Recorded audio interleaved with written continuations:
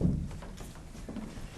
avons lu un roman d'aventure écrit par Frédéric William Girma. Et il a un nom à rallonge, lui. Ah, vous? Ne commencez pas. Je disais donc Frédéric William Girma. Et figurez-vous que cet auteur est originaire de Forlì. Ça veut dire quoi, originaire? Ça veut dire qu'il est des nôtres. Ce roman s'intitule Léopold et Léontine, naufragés des airs. Eh bien, il fallait les trouver, ces noms.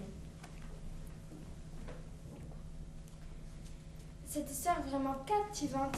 Oui, très originale. Intéressante. Formidable. Sensationnelle. Émouvante. Elle m'a enchantée. Et le suspense, mes amis, il est à mourir. Non.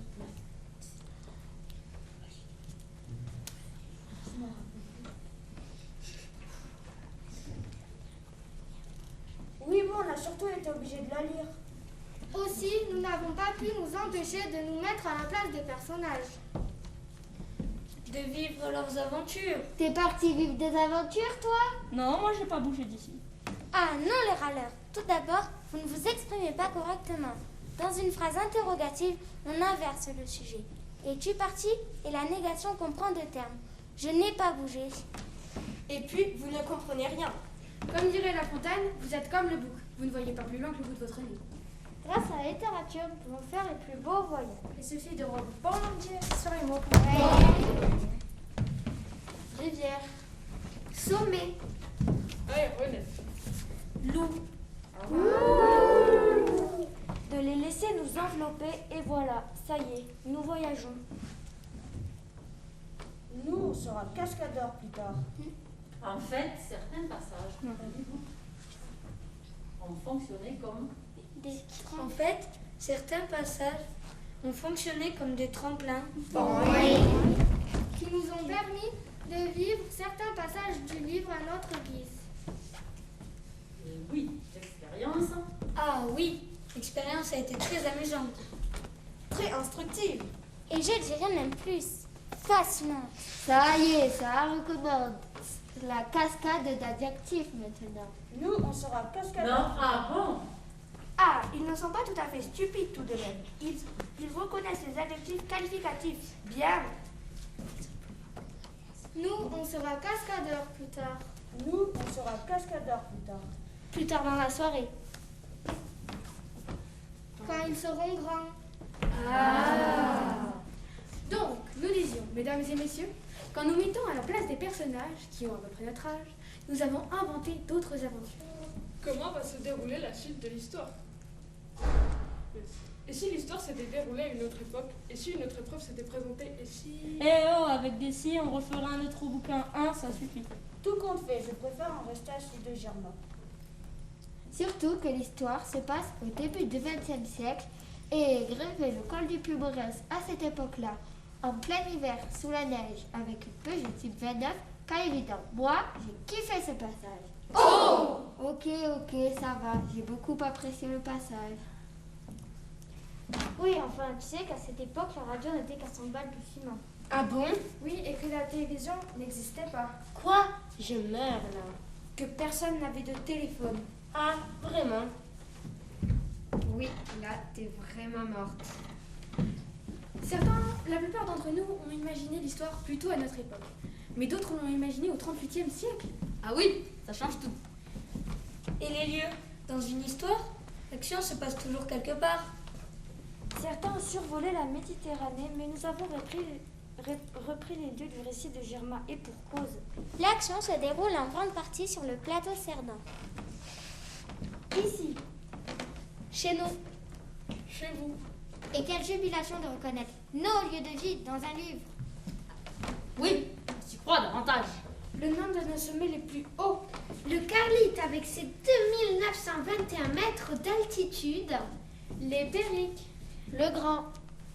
Le Petit. le roc de la Calme. Bon, ok, et le problème alors? Moi, je préfère quand ça secoue. Oui, il n'y a pas d'histoire sans éléments perturbateurs et des péripéties qui en découlent. Dans l'histoire de Girma, 4 enfants sans expérience se retrouvent seuls à bord d'une montgolfière. Comment sont-ils arrivés là? Et là, justement, notre imagination a fait des ravages. Voyez plutôt et vous nous direz quelle situation vous a le plus inspiré.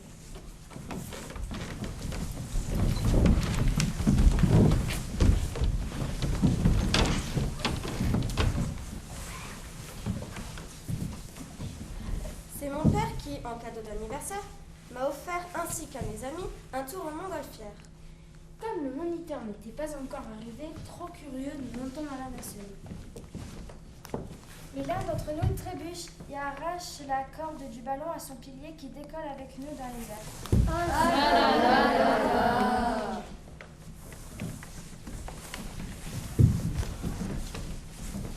Nous, c'est un peu pareil, avec toutefois quelques variantes.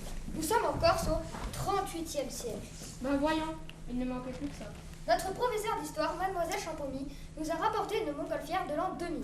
À un moment, elle se rend aux toilettes. Pendant ce temps, poussés par la curiosité, nous montons dans la nacelle pour l'observer. Mais soudain, l'un d'entre nous trébuche sur la corde du ballon qui s'arrache à son pilier et s'envole avec nous à l'intérieur.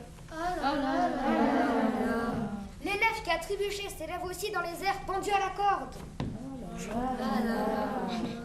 La curiosité est parfois, pour notre plus grand plaisir, un bien vilain défaut.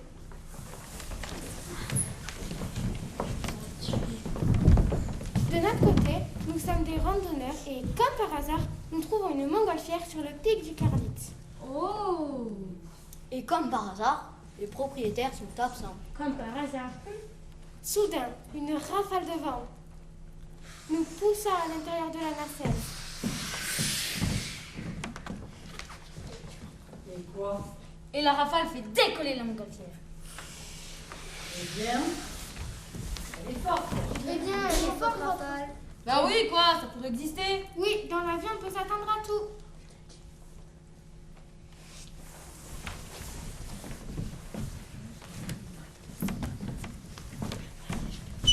Nous sommes un groupe d'amis et nous nous retrouvons Par hasard aussi. la montgolfière de Léopold et Léontine. Nous montons à l'intérieur. La corde qui retient le ballon au sol usé par le temps, Ben oui, un siècle a passé. usé aussi par les petits rongeurs. La corde cède, nous embarque à l'intérieur.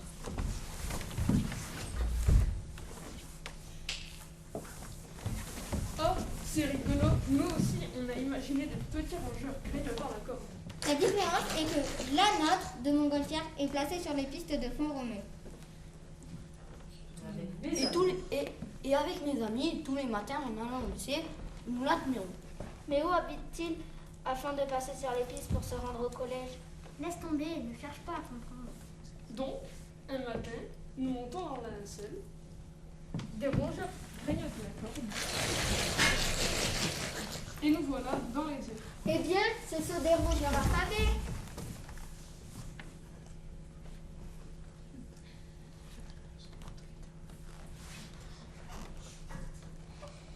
Bref, nous nous retrouvons. Par hasard, bien sûr. Dans la montgolfière, nous commençons Dans la à montgolfière, observer. nous commençons à observer l'intérieur. Puis, et alors, je laisse planer le suspense. Pas trop longtemps, on va bientôt s'ennuyer. Un rapace, le gypaète barbu, vous le connaissez, on en croise souvent. Ah bon? Mais oui, c'est notre célèbre casseur d'os. Il y en a un couple installé vers la vallée du Carrousel. Ne cherche pas à comprendre.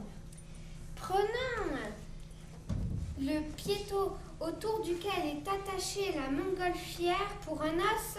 Il fonce dessus et l'arrache. Le ballon s'envole avec nous dedans.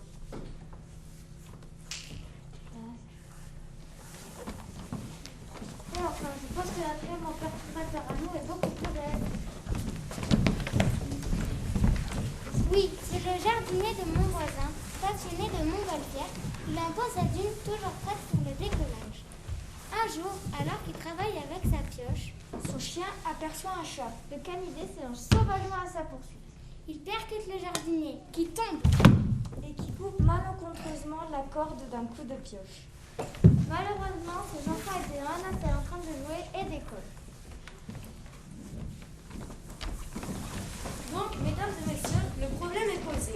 Passons à présent aux péripéties. Comment va se dérouler la suite de l'histoire? Les épreuves et les obstacles vous ont coupé le souffle. De notre côté, rappelez-vous, nous ne sommes pas du tout dans une partie d'une histoire réaliste, mais plutôt dans une fantastique aventure de science-fiction. Nous sommes immergés en plein cœur du 38e siècle. Nous sommes dans une montgolfière de dernière génération. Elle a la forme d'un ballon du début du XXe siècle, mais Elle se déplace à la vitesse de la lumière grâce à un gaz particulier. Nous participons à une course au-dessus de la Serre d'Anneau, avec d'autres engins plus perfectionnés les uns que les autres. Des voitures amphibies absolument incroyables. Nous devons partir de Gourmadam et passer les premiers la ligne d'arrivée à l'Aliagon, la porte du Cap-Cyr. Nous prenons rapidement de l'altitude et le paysage défile sous nos yeux. Le pic Pujman, la vallée d'Aisne, le Cambronane, le magnifique col Mitcha, Avec le pic Roudoun et le Galinas qui l'entourent. Vous n'êtes pas allé trop vite là? Ouais, n'importe quoi, vous avez dépassé mon louis et la Yagone. Justement, nous y venons. C'est là que notre montgolfière rencontre un cumulonimbus juste au-dessus de Soto. Nos poursuivants se sont arrêtés, mais pas nous. C'était horrible, les turbulences étaient atroces. Les vents à plus de 250 km/h. Ça tanguait, les montagnes se rapprochaient. Nous allions être des naufragés déserts. Bravo, vous êtes parvenu à glisser le titre de Girma dans votre aventure. Comment avez-vous pu vous en sortir? Qui te dit que nous en sommes sortis vivants? Bah vous êtes là, non? Ah oui. Nous avons eu une panne de gaz. Et alors? Nous nous sommes retrouvés pile poil sur la ligne d'arrivée à l'Aliagon. N'importe quoi, la chute de l'aventure est trop abrupte. La nôtre est beaucoup mieux.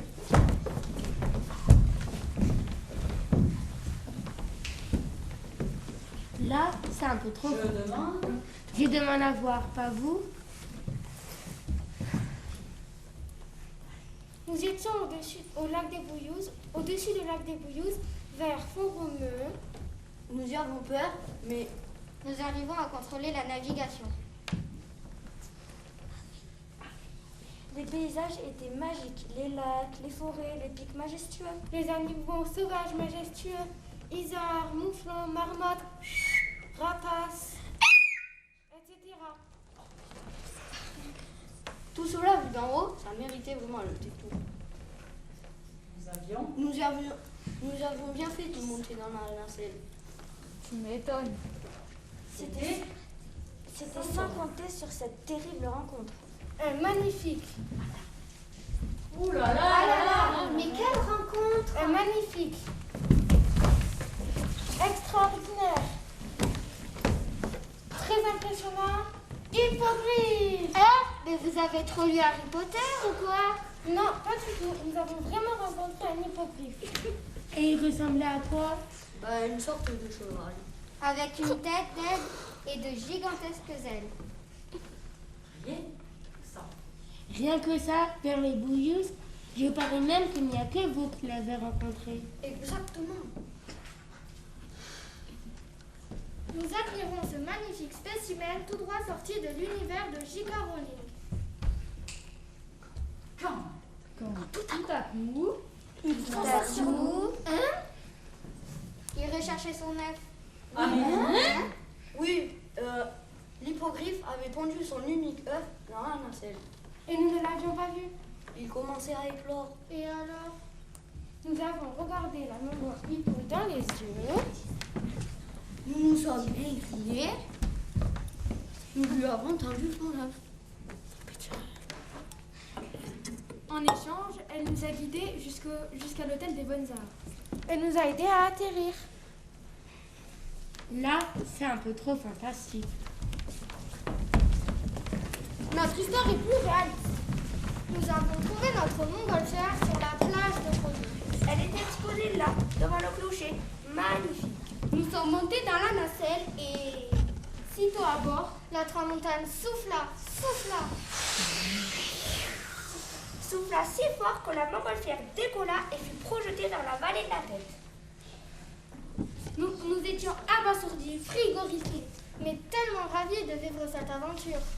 Les paysages ont aussi défilé à une rapidité. Perpignan et son Castillé, île sur tête et ses fameux orgues.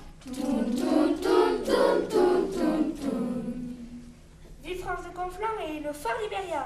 Fontpédrouse et les bains de Saint-Thomas. Montlouis et la cité Vauban. Nous avons voulu atterrir, mais impossible. Jusqu'à notre arrivée en douceur à l'ermitage de Font-Romeu. C'était vraiment magique. Trop fort, c'est justement là que l'aventure de Léopold et Léontine a pris fin. Alors, mesdames et messieurs, surprenante notre imagination, non? Merci pour vos applaudissements.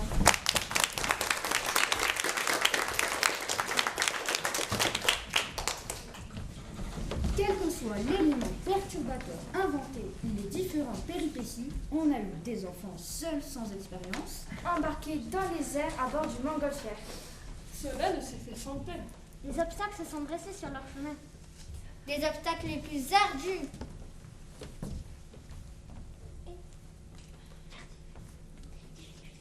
Acrobatique. Angoissant. Épouvantable. Terrifiant. Vertigineux. Ça y est, ça allait reprendre. Oui, mais là c'était musclé, alors ça me plaît. Effectivement, nous avons tous imaginé le pire. L'insoluble. La malédiction. Mesdames et messieurs, une tempête. La plus terrible des tempêtes qui puisse arriver. Oui. Mesdames et messieurs, comme si vous y étiez.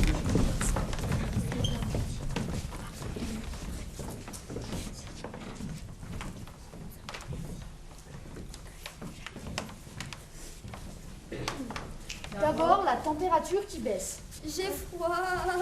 Moi aussi. puis le vent qui se lève. Je commence à avoir le bal de beurre.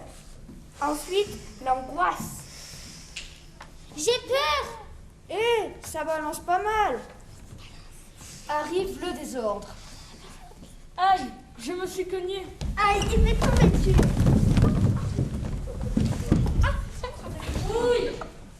Oh, mais ça va pas la tête.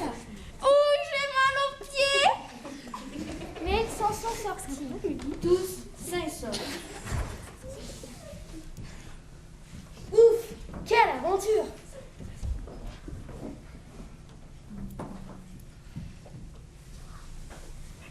On peut dire que le roman de Willy nous a passionnés. C'est qui ce Willy? Non, il parle de qui? C'est qui ce Willy? Je connais pas. Ben, de Fred Girma. Nous avons tellement relu son aventure que l'on est un peu ses copains-copines, non? Il est cool, il nous en voudra pas. Oui, et grâce à lui, nous avons appris la légende de Font-Romeu. La fontaine des pèlerins en français. Vous aussi, vous voulez la connaître? Au Moyen-Âge, un taureau se mit à gratter la terre furieusement. Le vacher tenta de lui faire cesser ce manège. Enfin. Il s'approcha et finit par dégager la statue de la Vierge, cachée là pour la sauver d'un pillage. Lorsque le vacher arracha la statue en bois, une eau fraîche et claire jaillit. Cette eau était capable de guérir Miraculeusement. La chapelle de l'Ermitage fut construite juste à cet endroit-là. Et figurez-vous que... Miraculeusement, Il apparaît que la chapelle de Font-Romeu que vous connaissez tous se trouve à égale distance de Rome et de Saint-Jacques de Compostelle. Alors, vous croyez toujours au hasard, vous? Nous, non.